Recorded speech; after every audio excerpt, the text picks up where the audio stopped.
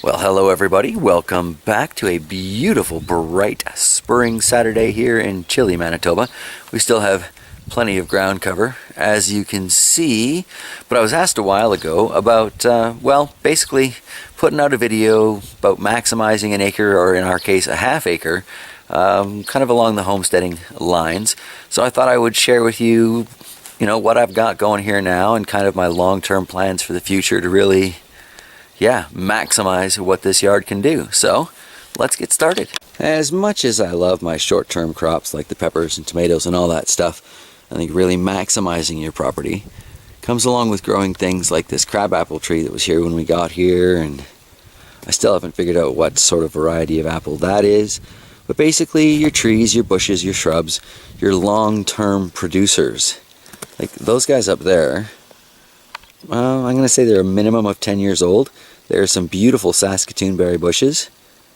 They grow a fair bit every spring and summer, and they put out quite a lot of fruit. Now granted, we are talking about berries, so they're small fruits, but they have a very potent flavor. They're very good for you, and anything helps really when you're talking about just getting the most from your land in a long-term situation. As you can see, we've got a lot that really kind of isn't helping at the moment. That hedgerow there, kind of not really helping. All of those spruce trees, one by one, I'm working my way through those. Not entirely helping the situation either. That said, when you're starting off somewhere new, you take the good and the bad, right? We got some apples and some berries that were here when we got here, and yeah, we have some waste trees that are blocking the sun and taking up space. But all of these things will be dealt with in time. And I'm sure I'll find a way to put these monsters to some sort of use. Since we've been here, we have managed to add a few things along the way, because it is all about adding over the years, and you don't want to go bankrupt trying to make it all work in the long run. So here you can see, just sticking out of the snow, we have the red currants. They were quite tiny when we planted them here. They cost us a whopping $4 a couple years before we moved out of Penticton.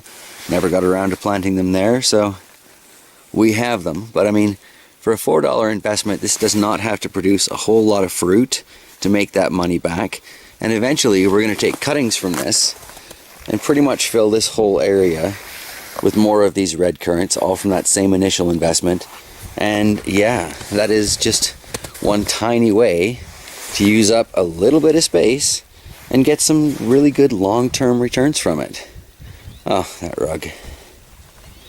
Anyway, over here we can sort of see the gojies. They don't seem to be having a lot of new buds forming on them yet. We'll get a closer look here. But they didn't look particularly great last spring either. And they came back just fine.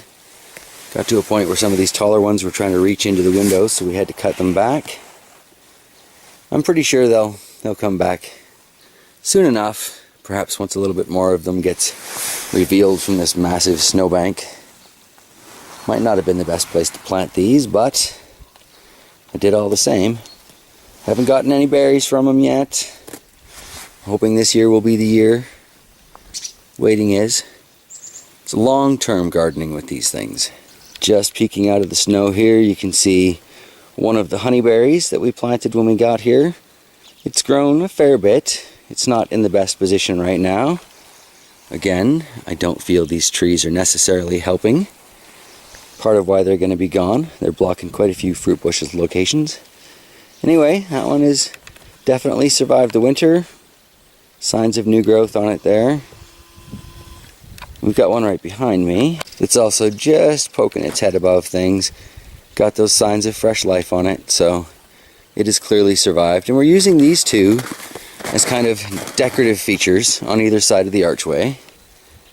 Don't have it quite spaced out right, but the archway is mobile, so I'm not too worried about that. Can change its location later on. But yeah, getting the most out of things by what we're decorating with is still edible. Poking out of the snow here, we've got that smoky Saskatoon we brought with us. It's grown quite well since we transplanted it. Definitely a winter hardy berry bush. I suspect a couple of years this thing will be towering like those ones out front, putting out huge numbers of berries for us. clearly making its investment a good and productive one. On the other side of that same tree is the gooseberry. Look at that sucker. This is just another example of a nice cheap investment. It was another one of the $4 berry bushes. Originally ate something at the Walmart, but they were clearing them out, so I grabbed it. Definitely a winter hardy shrub. We got a few berries off that last year, so this year I'm sure we'll be getting quite a few more. Gonna pay for itself in no time. And again, we're kind of using it to cover up the front of the long shed here. Block up a bit of these massive tree trunks. Once they fill in, our decorations are edible. Getting the most out of the space we've got. Another big part of the plan to maximize the space around here. Planting additional fruit trees. This is the Juliet cherry. Whoop, as I fall through the snow. This is the Juliet cherry we planted last fall. Looks to me like it's still alive. We'll find out for sure when things start to burst open with green growth. But yeah, I'm pretty sure it's still with us. I'd like to think so anyway. So to maximize our use here of the space, basically I want to put a fruit tree every 15 feet or so, just inside the property lines. You know, close enough to a fence line that neighbors can have some too, but you know, not be annoyed by overgrowth. I'm going to do that along the front as well with dwarf varieties, so it doesn't block any long-term garden growth this way. Because as we come back to those trees, once they're down, that area is going to get a lot more morning light, so going to be much better for growing my peppers and tomatoes and such. And then ultimately, with the space in between the fruit trees, I want to plant more berry bushes and make kind of just a hedge. It'll give the littles and all the squirrels and crazy birds we've got around here somewhere to hide out and feel safe. It'll give the snakes somewhere to run around.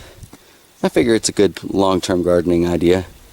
The back fence line we're looking at here, I want to get rid of most of these spruces, and I kind of want to put a row of fruit trees, and then I want to get a couple rows of sugar maples kind of staggered along the back, so that we do get a good windbreak and block a lot of this, because most of the snow you see here really is just blown in from the field, because there's nothing between us and that huge field, right? So the wind picks it up, brings it in, and whoosh, covers everything. So I figure a couple rows of sugar maples back there will block a lot of wind. A row of fruit trees, again every 10 or 15 feet or whatever, with the berry bushes interspaced in between them. Maybe not the berries along the back, I haven't decided. We're going to see what greenhouse structures here ultimately do for long-term shade. I might not see the point in putting berries back there. But there are lots of things that do well in shade, like raspberries. The raspberries I planted over behind the compost came from a shady spot just behind the fence. So who knows? Maybe that'll be my perfect choice for back there. But again, the whole back row here, I'm going to have syrup trees and fruit trees to maximize the fence line. Still leaving everything in the middle for me to grow my yearly crops in, or what annuals I guess they're called. So yeah, there are lots of ways you can maximize small spaces to really reduce the grocery budget. Now I recognize when I'm referring to half an acre as a small space, compared to a city lot, that's pretty huge. But compared to others that are in the homesteading game, as it were, it's really kind of on the smaller side. Most people are trying this on an acre or 10 acres, and they've just got a lot more room to space things out. I, on the other hand, am, as always with my gardening adventures, playing a massive game of Tetris to try and produce some abundancy in our lives. So yeah, I hope that has been informative, or descriptive at least, or hopefully entertaining, I don't know, while getting an insight as to what I plan on doing here for long-term productivity and just, yeah, working the land that we get stewardship of for a little while. So cool. Thank you guys for joining me today on this beautiful sunny Saturday. I'll see you tomorrow as we take a look at everything that's growing on down in that dungeon. All right, I'll see you then. Bye.